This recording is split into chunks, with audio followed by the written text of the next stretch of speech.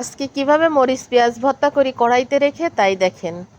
সবসময় তো রান্নাটাই দেখাই, মরিচ পেঁয়াজ ভর্তাটা তো কখনো দেখায় না। আজকে কিন্তু হাত দিয়ে ডলে ডলে একদম সুন্দর করে মাখাই মাখাই কিন্তু কাঁচা পেঁয়াজ মরিচ দিয়ে ভর্তা করব। দেখেন তো কি সুন্দর করে ডলে ডলে ডলে ডলে ভর্তা করতেছি। এইভাবে ভর্তা করলে কিন্তু ভালো লাগে। আপনারা খাইছেন কখনো? আসলে আমিও এইভাবে ভর্তা কিন্তু কখনো খাইনি। আপনাদের কি দেখে মনে হচ্ছে যে ভর্তা করব? মনে হয়েছে? ভর্তা না, দেখেন কি করি। আসলে অনেক সময় না বাজারে গেলে জিতে আসতে হয়, অনেক সময় বাজারে গেলে হেরে আসতে হয়। হার জিত নিয়েই কিন্তু জীবন চালাতে হয়। তো আমি আজকে হারলাম কিভাবে, ইলিশ মাছগুলো কিন্তু মোটামুটি একটু বড় ছিল, দেখেই বুঝতেছেন। মাছ বানালে কিন্তু 2 পিস মাছ লেজ মাথা হতো। তা আমি মাছ বানাইনি, ওইভাবেই কিন্তু মাঝখান দিয়ে আস্তে আস্তে করে কেটে দিচ্ছি। তো আমি এইখানে যে মাছ কিনলাম 2 কেজি, তো 2 কেজি ইলিশ মাছ কিনলাম আমি 600 টাকা দিয়ে। যেহেতু মাছের সাইজটা একটু ছোট, 300 টাকা করে কিন্তু কেজি নিচ্ছে। তো মাছগুলো আমি হাত দিয়ে ধরে দেখিনি যে শক্ত নাকি নরম।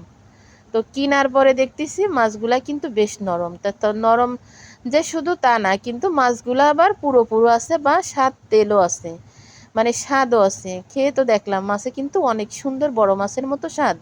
আর তেল আছে, দু একগুলো আছে মানে চ্যাপটা চ্যাপটা থাকে, স্বাদ থাকে না, তেল থাকে না। এটা এই মাছটায় কিন্তু তেলও ছিল, অনেক স্বাদও ছিল।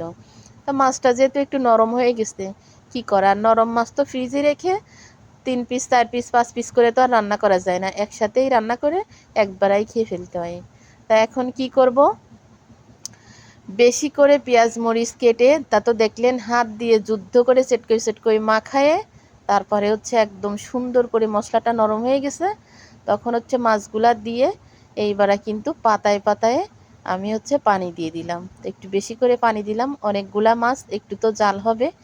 একদম জাল করে কিন্তু শুকনা শুকনা, মানে তেলের ঝোল থাকবে শুধু।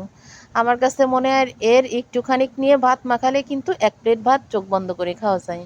আর এত মজা হয়েছে বিশ্বাস করেন, আমি যে ঠকে গেছি তাতে আমার কোনো দুঃখ নেই। আমি একবার রান্না করে খাইছি, বা আমার যে একবার রান্না করে খাইছি বা সবাইরে কম বেশি একটু একটু দিয়ে খাইছি, তাতে আমার কোনো দুঃখ নেই। কিন্তু মাছ ছোট হলেও নরম হলেও প্রচণ্ড পরিমাণে স্বাদ ছিল, মাছে কিন্তু সুন্দর ঘ্রাণ ছিল।